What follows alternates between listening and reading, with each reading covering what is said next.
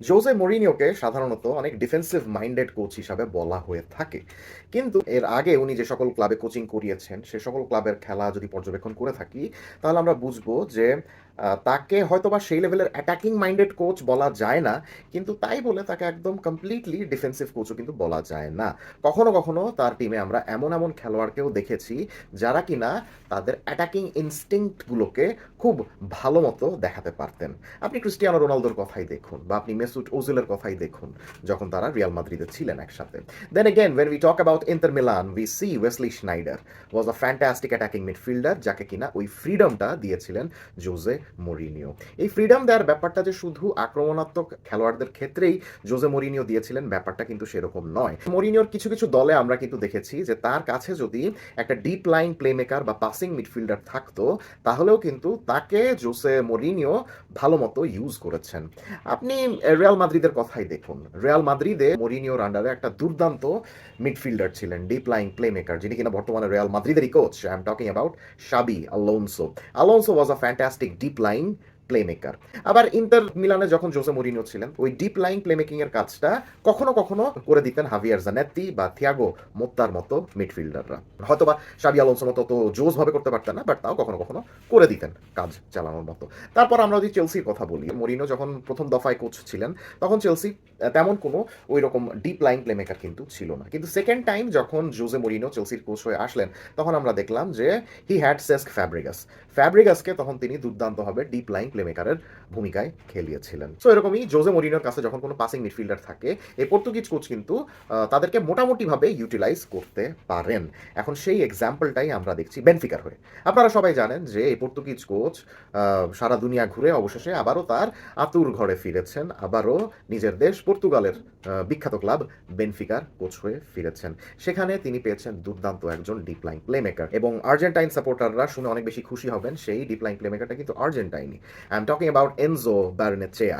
আমরা এনজো ফার্নান্দেজের ব্যাপারে শুনেছি, তার খেলা প্রতিনিয়ত দেখছি, কিন্তু ভবিষ্যতে আর্জেন্টিনা যদি এনজো ফার্নান্দেসের কোনো ব্যাকআপ পেতে চায়, তাহলে কিন্তু আরেকজন এনজো আস্তে আস্তে রেডি হচ্ছেন, এবং তিনি রেডি হচ্ছেন জোসে মরিনিওর ছত্রছায়াতেই।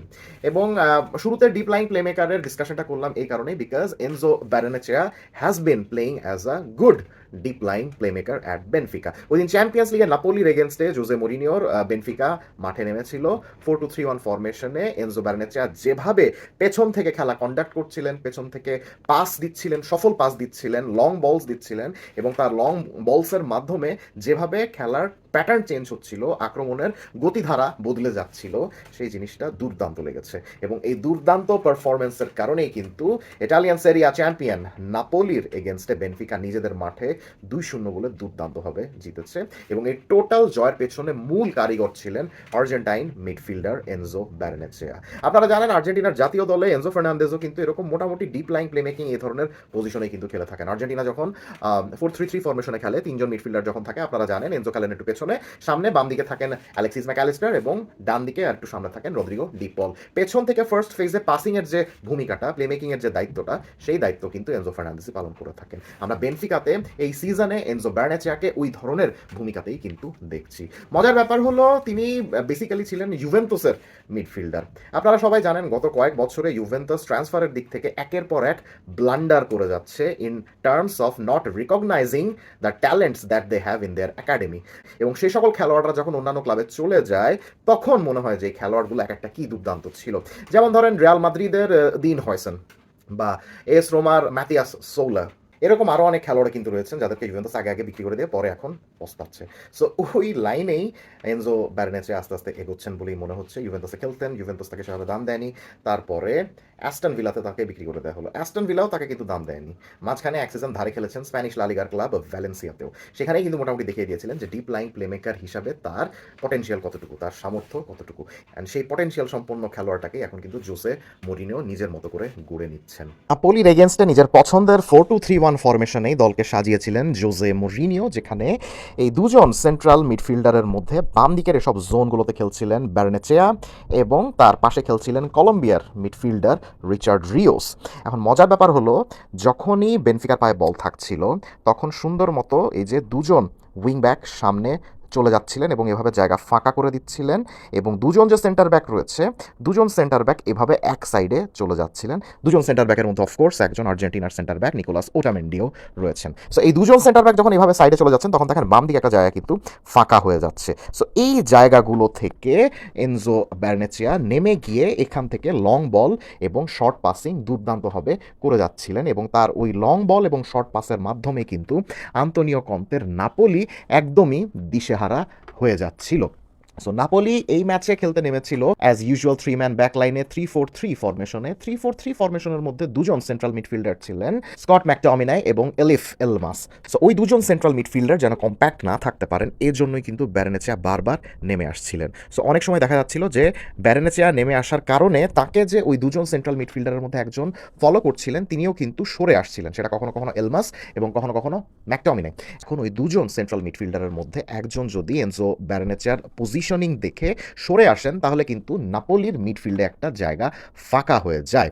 তখন ওই ফাঁকা জায়গাতে এনজো বারেনেচিয়া তার দুর্দান্ত লং বলের মাধ্যমে আক্রমণ শুরু করতে পারেন। আবার এনজো বারেনেচিয়াকে ফলো করে করে ম্যাকটমিনাই বা এলিফ এলমাসের মধ্যে যদি একজন না চলে আসেন এবং তারা যদি কম্প্যাক্ট থাকেন তাহলেও কিন্তু এসব জোনগুলোতে অনেক বেশি জায়গা পেয়ে যান এনজো বারেনেচিয়া এবং তাকে সেরকম প্রেসিং মুখোমুখি করতে হয় না, কারণ নাপোলির ওই ফরওয়ার্ডরা অত বেশি প্রেসিং করছিলেন না। সো যেহেতু অনেক বেশি জায়গা পেয়ে যাচ্ছিলেন সেক্ষেত্রে শর্ট পাসিংয়ের মাধ্যমে দুর্দান্তভাবে পেছন থেকে আক্রমণ গঠন করতে পারছিলেন Enzo Barrenechea as a proper deep line playmaker. আবার তার যে ডিফেন্সিভ দিকে অত বেশি মনোযোগ নেই সেই জিনিসটাও দুর্দান্তভাবে কমপ্লিমেন্টেড হয়েছে with the presence of Richard রিওস। আপনারা জানেন এই সিজনেই ব্রাজিলিয়ান ক্লাব পালমেইরাস থেকে বেনফিকাতে নাম লিখিয়েছেন Richard Rios and he is a fantastic energetic midfielder, box to box midfielder. 90 minutes ধরে দুর্দান্তভাবে উঠানামা করতে থাকেন এবং এনজো বারেনেচিয়াকে বেশ ভালো মতোই কমপ্লিমেন্ট করতে পারেন in terms of defensive solidity. তাই বলে বারেনেচিয়াও যে ডিফেন্সিভলি একেবারেই বাজে ব্যাপারটা সেরকম নয়। প্রথম যখন বেনফিকাতে এসেছিলেন তখন তার ডিফেন্সিভ কিছু সমস্যা ছিল, বাট নাপোলির এগেনস্টে আমরা দেখলাম যে তিনি বল রিকভারির ক্ষেত্রেও কিন্তু দুর্দান্ত খেলছিলেন। এই সকল জোন থেকে নাপোলির কাছ থেকে বেশ ভালোই বল রিকভারি করছিলেন। If I am not wrong তিনি 9 বার বল রিকভারি করেছেন এবং সেখান থেকেই নিজেদের আক্রমণ লঞ্চ করেছেন। So that was a very positive development of this Argentine midfielder. বারেনেচিয়াকেই বেনফিকার অন্যতম প্রধান ডিফেন্সিভ মিডফিল্ডার বানিয়েছেন জোজে মরিনিও, যাতে পেছন দিকের এ সকল জোনগুলো থেকে বেনফিকার ফার্স্ট ফেজের বিল্ড আপটা যেন দুর্দান্ত হয়। আর কোনো ক্ষেত্রে বারেনেচিয়ার যদি ডিফেন্সিভ সহযোগিতার দরকার হয় সেক্ষেত্রে রিচার্ড রিওস তো রয়েছেনই। সো এই দুর্দান্ত ট্যাকটিক্সেই কিন্তু নাপোলিকে বেনফিকা হারিয়ে দিয়েছে এবং আর্জেন্টাইন সমর্থকদের মনে আশার সঞ্চার করেছে যে বিশ্বকাপের আগে তাদের যদি একজন বাড়তি ডিপ লাইন প্লে মেকারের দরকার হয় then Enzo Barrenechea can be a very good option. Comment সেকশনে জানিয়ে দেবেন আপনি কি ভাবছেন এই প্লেয়ারটিকে নিয়ে। Let's have a discussion.